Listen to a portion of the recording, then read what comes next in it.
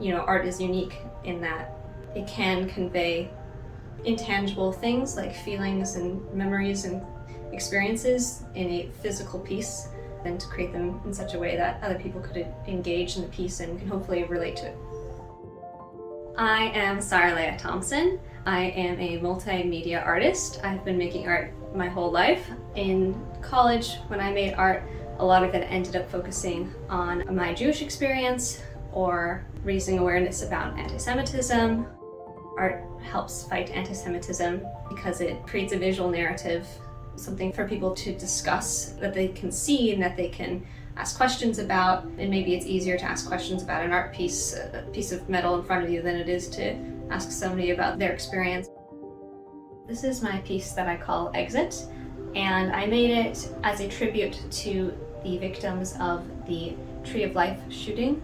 After that shooting, I found that when I went to synagogue to pray, I was holding a prayer book or a siddur in my hand, but I found that I couldn't actually focus on the words that I was reading because all I could think about was where the nearest exit sign was. There's another one that was a series that I called Hide and Seek.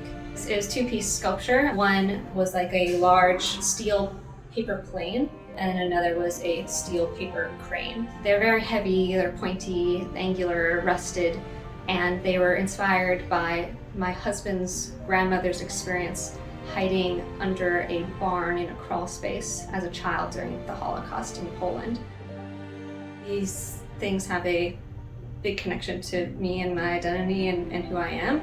In school, I was nervous about creating these pieces. It felt controversial, it felt taboo in a way, but it was important to me to share my experience. My grandmother, Malka Belzberg, is a huge inspiration to me. She started making art 30 years ago in her 60s, and she never shied away from tough topics, dark topics. She's told a lot of stories from her personal experiences that depicts loss and death and topics of the Holocaust and the birth of Israel.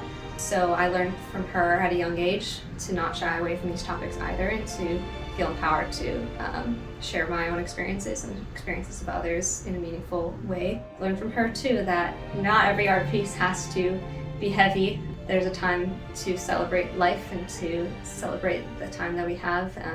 We are still in an amazing time where we can be proud to be Jewish and to share identity with others. It's okay to make things that are beautiful and the scenes from life that are also uplifting.